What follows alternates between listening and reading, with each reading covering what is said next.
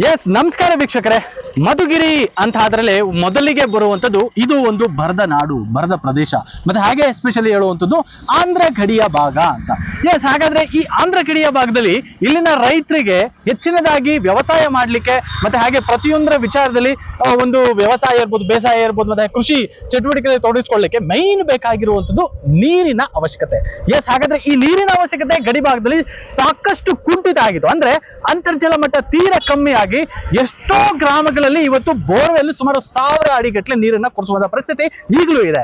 S, ಇದೇ ದೂರದೃಷ್ಟಿಯನ್ನ ಇಟ್ಟುಕೊಂಡು ಇಲ್ಲಿನ ಕ್ಷೇತ್ರದ ಶಾಸಕರಂತಹ ಕೆ ರಾಜಣ್ಣನವರು ಏನು ರಾಜ್ಯ ಸರ್ಕಾರದಿಂದ ಸುಮಾರು 40% ಅನುದಾನ ಮತ್ತೆ ಹಾಗೆ ಕೇಂದ್ರ ಸರ್ಕಾರದ ಸುಮಾರು 60% ಅನುದಾನ ಅಂದ್ರೆ PM ಕಿಸಾನ್ ಅಂದ್ರೆ PM ಕಿಸಾನ್ ಸಂಚಯ್ ಯೋಜನೆ ಅಡಿಯಲ್ಲಿ ಈಗ ಕೇಂದ್ರಾಚರಣನವರು ಒಂದ್ ರೀತಿಯಲ್ಲಿ ಸುಮಾರು 920 ಮೀಟರ್ ಇರುವಂತಹ ಒಂದು ಸೇತುವೆನ ಅಂದ್ರೆ ಮಧುಗಿರಿ ತಾಲೂಕಿನಲ್ಲೇ ಅತಿ ದೊಡ್ಡದಾದ ಸೇತುವೆ ಇದಾಗಿರುವಂತದ್ದು.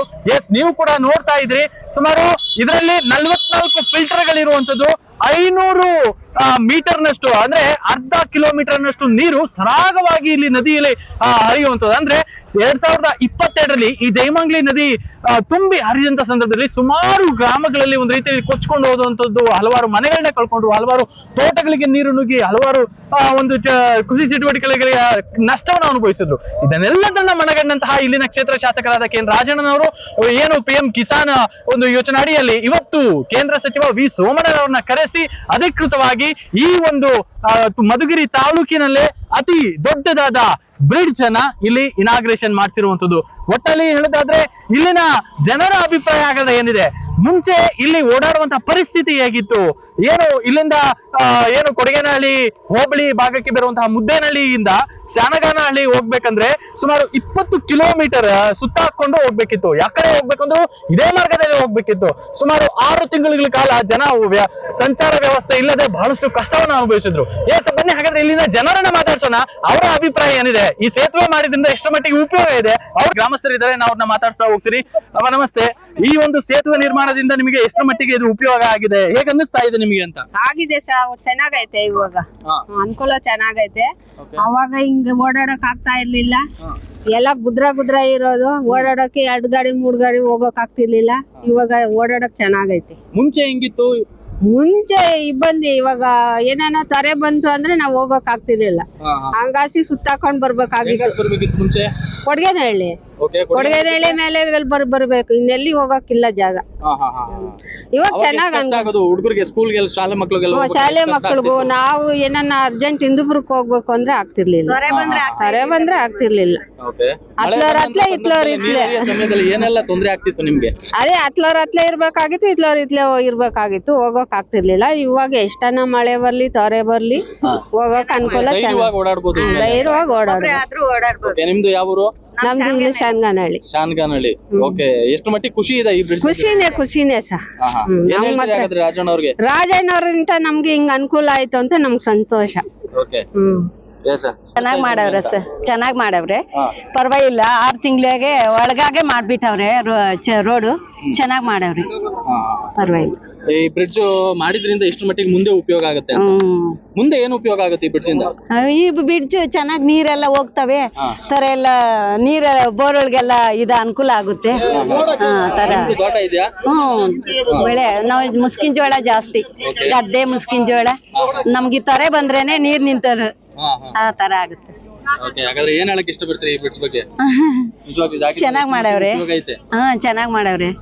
6 ತಿಂಗಳಿಂದ ಸ್ವಾತಂತ್ರ್ಯ ಬಂದು 80 ವರ್ಷಗಳ ನಂತರ ಆದ್ರೂ ಸಹ ಕೇಂದ್ರ ಸರ್ಕಾರದ ಮತ್ತೆ ರಾಜ್ಯ ಸರ್ಕಾರದ ರೇಷಿಯೋ ಸಿಸ್ಟಮ್ ನ ಅಡಿಯಲ್ಲಿ 60% ಕೇಂದ್ರ ಸರ್ಕಾರ ಮತ್ತೆ 40% ರಾಜ್ಯ ಸರ್ಕಾರದ ಅನುದಾನದೊಂದಿಗೆ ಇಂಥ ಒಂದು ಮಹಾನ್ ಅದ್ಭುತ ಕಾರ್ಯವನ್ನ ಆಂಧ್ರ ಮತ್ತೆ ಕರ್ನಾಟಕದ ಗಡಿ ಭಾಗದಲ್ಲಿ ವಾಸ ಮಾಡ್ತಾ ಇರ್ತಕ್ಕಂಥ ಜನತೆಗೆ ಒಂದು ಅನುಕೂಲವನ್ನ ಮಾಡಿಕೊಟ್ಟಿರ್ತಕ್ಕಂಥ ಕೇಂದ್ರ ಸರ್ಕಾರದ ಸಂಸದರಾಗಿರ್ತಕ್ಕಂಥ ಸೋಮಣ್ಣರಿರ್ಬೋದು, ಮತ್ತೆ ರಾಜ್ಯ ಸರ್ಕಾರದ ಇಲ್ಲಿನ ಶಾಸಕರಾದ KN ರಾಜಣ್ಣನವರು ಆಗ್ಲಿ, ಇಬ್ಬರಿಗೂ ಸಹ ಕೊಡಗೇನಹಳ್ಳಿ ಹೋಬಳಿಯ ಎಲ್ಲ ಸಮಸ್ತ ಜನತೆಯ ಪರವಾಗಿ ಸಹ ಹೃತ್ಪೂರ್ವಕ ಅಭಿನಂದನೆಗಳನ್ನು ಈ ಸಂದರ್ಭದಲ್ಲಿ ಸಲ್ಲಿಸ್ತೇನೆ. ಇದು ಮಧುಗಿರಿ ತಾಲೂಕಿಗೆ ಅತಿ ದೊಡ್ಡ ಬ್ರಿಡ್ಜ್. ಹೌದು, ಅತಿ ದೊಡ್ಡ ಬ್ರಿಡ್ಜ್. ಮತ್ತೆ ಗಡಿ ಭಾಗದಲ್ಲೂ ಸಹ ಇದೆ ಇದು. ಮಧುಗಿರಿ ತಾಲೂಕಿನಿಂದ ಕೊನೆಯದಲ್ಲಿದೆ. ಮತ್ತೆ ಜಿಲ್ಲೆಯಲ್ಲಿ ಇದು ಆಂಧ್ರದ ರಾಜ್ಯ ಮಟ್ಟದಲ್ಲೂ ಸಹ ಆಂಧ್ರದ ಗಡಿಯಲ್ಲಿ ಇರ್ತಕ್ಕಂಥದ್ದು. ಈ ಭಾಗದ 80 ವರ್ಷದ ಸ್ವತಂತ್ರ ನಂತರದ 80 ವರ್ಷಗಳ ಕನಸು ಇವತ್ತು ನನಸಾಗಿದೆ ಅಂತ ನಾನಾದ್ರೂ ಭಾವಿಸ್ತೇನೆ. ನಿರ್ಮಾಣದಿಂದ ಎಷ್ಟು ಮಟ್ಟಿಗೆ ಉಪಯೋಗ? ತುಂಬಾ ಉಪಯೋಗ ಇದೆ ಸರ್. ಮೊದಲು ಈ ಕಡೆ ಈ ಹಳ್ಳ ಬಂತು ಅಂದ್ರೆ ಆ ಕಡೆಯಿಂದ ಈ ಕಡೆಯಿಂದ ಹೋಗಕ್ಕೆ 2 ದಿವಸ ಆಗ್ತಾ ಇಲ್ಲ. ನಾವು ಆಂಧ್ರ ಸಂಪರ್ಕನೇ ಹೆಚ್ಚು, ವಿಶೇಷವಾಗಿ ಹಿಂದೂಪುರದ ಕಡೆ ಹೋಗ್ಬೇಕು ಅಂದ್ರೆ ಸರಕು ಸಾಗಣೆ ತರ್ಬೇಕಾದ್ರೆ ಆ ಜನ ಆ ಕಡೆನೆ, ಈ ಜನ ಈ ಕಡೆನೆ. ಮತ್ತೆ ಈ ಕಡೆ ಬರಡು ಭೂಮಿ, ಈ ಕಡೆ ಎಲ್ಲ ನಮ್ಮ ಪ್ರದೇಶ ಎಲ್ಲ ಬರಡು ಭೂಮಿ, ನೀರಿನ ಸೌಕರ್ಯ ಇಲ್ಲ. ಈ ಒಂದು ಇದು ಮಾಡಿರೋದ್ರಿಂದ ಎಲ್ಲ ಅಂತರ್ಜಲಗಳು ಕೂಡ ನಮ್ಗೆ ಹೆಚ್ಚಿನವಾಗಿ ನೀರು ಇದೆಲ್ಲ ರೈತರಿಗೆಲ್ಲ ಅನುಕೂಲ ಆಗುತ್ತೆ. ಇದು ಮಾಡಿಸಿರೋದು ತುಂಬಾ, ಅದು ಹೇಳ್ಬಾರ್ದು ಸರ್. ನಾನು ಇಷ್ಟೊತ್ತು ಇವ್ರಿಗೆ ಹೇಳ್ತಾ ಇದ್ದೆ, ನಾವು ರಾಜಣ್ಣವ್ರಿಗೆ ಓಟ್ ಹಾಕ್ಬೇಕು, ಬೇರೆಯವ್ರಿಗೆ ಹಾಕ್ಬಾರ್ದು ಅಂತ ಹೇಳಿ. ಎಷ್ಟೋ ಜನ ಶಾಸಕರು ಮಿನಿಸ್ಟ್ರುಗಳು ಬಂದ್ರು, ಇಂಥ ಕೆಲಸಗಳು ಯಾರು ಮಾಡಿಸ್ಲಿಲ್ಲ. ಇದು ಎಲ್ಲಾ ರೈತರಿಗೂ, ಎಲ್ಲಾ ಬಡ ಜನಾಂಗಕ್ಕೂ, ಪ್ರತಿಯೊಬ್ಬರಿಗೂ ಅನುಕೂಲ ಸರ್ ಇದಾಗಿರೋದ್ರಿಂದ. ತಾಲೂಕಲ್ಲಿ ಅತಿ ದೊಡ್ಡದಾದ ಬ್ರಿಡ್ಜು ನಾವ್ ಇದ್ರ ಬಗ್ಗೆ ಹೇಳ್ಬೇಕು ಅಂದ್ರೆ ಹೇಳಿದ್ನಲ್ಲ ಸರ್, ನಾವು ಒಂದ್ಸರಿ ಮಳೆ ಬಂದ್ರೆ 2 ದಿವಸ ನಾವು ಇತ್ತೇ ನಿಂತ್ಬಿಟ್ಟಿದ್ವಿ, ಹೋಗಕ್ಕೆ ಆಗ್ಲಿಲ್ಲ ಅಂತ ನೀರು ಬರೋದು. ತುಂಬಾ ತೊಂದರೆ ಸರ್. ಇದಾಗಿದ್ದು ಎಲ್ಲಾ ಜನಾಂಗಕ್ಕೂ ತುಂಬಾ ಒಳ್ಳೇದು. ಓಕೆ, ಇದು ಸೇತುವೆ ಆಗಿರೋದ್ರಿಂದ ಎಷ್ಟು ಮಟ್ಟಿಗೆ ಉಪಯೋಗ ಆಗುತ್ತೆ ನಿಮ್ಗೆ ಈಗ?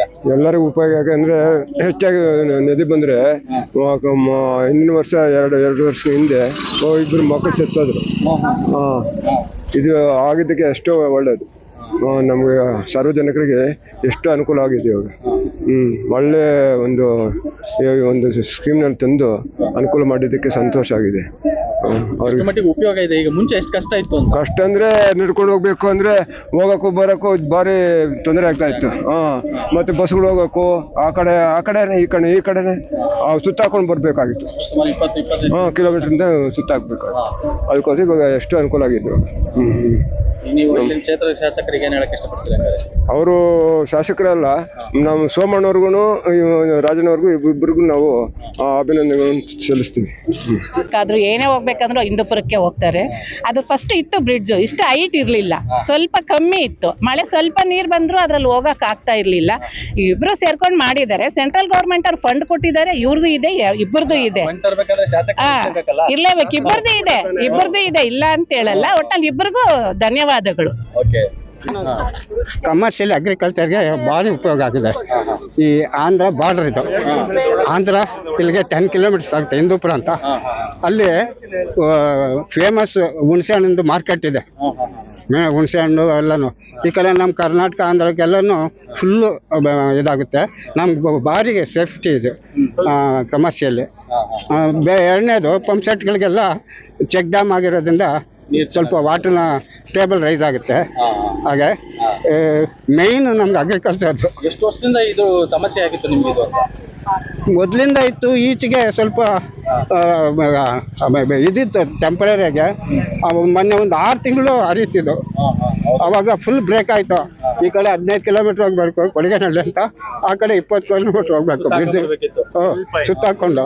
ಅದರಿಂದ ನಮ್ಗೆ ಭಾರಿ ಸೇಫ್ಟಿ ಆಗಿದೆ. ನೋಡಿದ್ರಲ್ಲ ವೀಕ್ಷಕರೇ, ಒಟ್ಟಿನಲ್ಲಿ ಹೇಳೋದಾದ್ರೆ ಸುಮಾರು 18.5 ಕೋಟಿ ವೆಚ್ಚದಲ್ಲಿ ಈ ಒಂದು ಕಾಮಗಾರಿ, ಸೇತುವೆ ಕಾಮಗಾರಿ ಲೋಕಾರ್ಪಣೆಗೊಂಡಿರುವಂತದ್ದು.